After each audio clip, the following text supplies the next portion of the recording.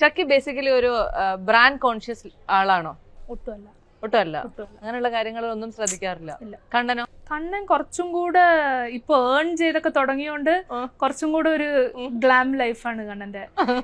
Definitely ഞങ്ങൾ രണ്ടുപേരും നോക്കിക്കഴിഞ്ഞാൽ കൂടുതൽ ഹൈ മെയിൻ്റെനൻസ് കണ്ണനാണ്. I am easier. അതെ, കണ്ണൻ ലൈക്ക് ഷർട്ട്സ് ആയാലും ഡിസൈനർ ഷർട്ട്സ് ഇടുക. I actually admire him. നല്ല ഫാഷൻ സെൻസാ കണ്ണന്റെ. എനിക്ക് അങ്ങനെയൊന്നുമില്ല. എനിക്ക് as long as I am comfortable in what I am wearing. ചില സമയത്ത് ഏറ്റവും കൂടുതൽ സമയം എടുക്കുന്നത് ഞാൻ റെഡി ആയി പോകുമ്പോ. അത് ശരി. ഏറ്റവും കൂടുതൽ ടൈം എടുക്കുന്നത് ഞാനാ. കാരണം ഞാൻ ഒരു 4-5 പ്രാവശ്യമെങ്കിലും ഡ്രസ്സ് എടുത്തിട്ട് എല്ലാം ഫുൾ അലമാരി എടുത്ത് പുറത്തിടും. അപ്പൊ അതാണ് അമ്മയ്ക്ക് ചൊറിഞ്ഞു കയറുന്നത്. എല്ലാരും റെഡി അവിടെ ഇരിപ്പുണ്ടാവും, ഞാൻ മാത്രം അപ്പോഴായിരിക്കും 4ാമത്തെ ട്രൈ ഒക്കെ കഴിഞ്ഞ് ഓക്കെ ആണോ എന്നൊക്കെ നോക്കുന്നത്. അതെ, ഞാൻ എന്നെ തന്നെ കംഫർട്ടബിൾ ആക്കുന്ന. ഇപ്പൊ ഇന്ന് കുറച്ച് മേക്കപ്പ് ഒക്കെ ഇട്ട് അവിടെ ഇരിക്കുന്നത്. നോർമലി നമ്മൾ കാണുന്നത് ഭയങ്കര എന്താ പറയാ, വളരെ കാഷ്വൽ ആയിട്ടുള്ള ഒരു ലുക്ക്. ജനറലി അങ്ങനെയാണ്. ആണ്. ഇന്നൊരു ഇന്റർവ്യൂ ഒക്കെ അല്ലേന്ന് വിചാരിച്ചിട്ട് ഇത്തിരി ഒരു എഫേർട്ട് ഇട്ടതാണ്. ആണോ? സ്വന്തമായിട്ട് എഫേർട്ട് ഇട്ടോ അതോ ഓണായിട്ട് എഫേർട്ട് ഇട്ടതാണ്? ഹെയർ മാത്രം ചെയ്തു തരാൻ ഒരു ആണ് ചേച്ചിയുണ്ട്. അല്ല, അമ്മയാണോ ചക്കയാണോ കൂടുതലും ഫാഷൻ കോൺഷ്യസ് ആയിട്ടുള്ള ആള്? ഫാഷൻ കോൺഷ്യസ് ഞാനാ. ആണ്. അമ്മയ്ക്ക് എന്തെങ്കിലും അഡ്വൈസുകളോ അല്ലെങ്കിൽ സജഷൻസോ കൊടുക്കാറുണ്ടോ? എപ്പോഴും കൊടുക്കാറുണ്ട്.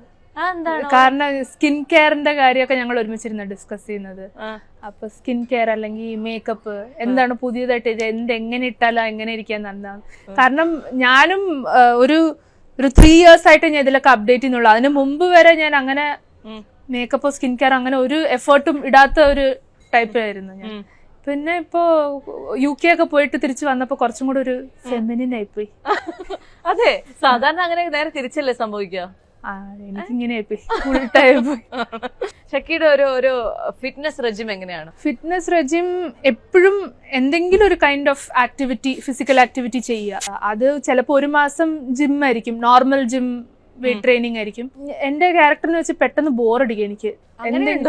എന്തെങ്കിലും ഇപ്പൊ ഒരു യൂഷ്വൽ വർക്ക്ഔട്ട് അല്ലെങ്കിൽ ഒരേ ഡയറ്റ് തന്നെ. ചിലവരുണ്ട് ഇയേഴ്സ് ആയിട്ട് ഒരേ റെജിം തന്നെ ഫോളോ ചെയ്യുന്നവര്.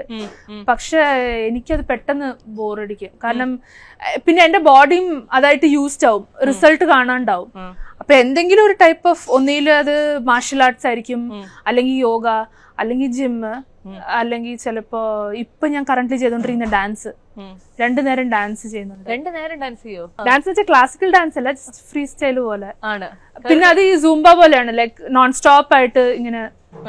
ക്ലാസിക്കൽ ഡാൻസ് പഠിക്കാൻ പോയ ഒരു കഥയില്ലേ? തിരുവനന്തപുരം നമ്മള് ക്യാമറ ഓൺ ചെയ്യണതിന് മുന്നേ പറഞ്ഞൊരു കഥകളുണ്ട്. അത് ഒരുപാടുണ്ട്. കാരണം എനിക്ക് പണ്ട് അമ്മ ഡാൻസ് ചെയ്തൊക്കെ കണ്ട് അമ്മയുടെ മോഹിനിയാട്ടം ഫോട്ടോസ് ഒക്കെ ഉണ്ട്. പിന്നെ അമ്മയുടെ അമ്മയും ഡാൻസർ ആയിരുന്നു.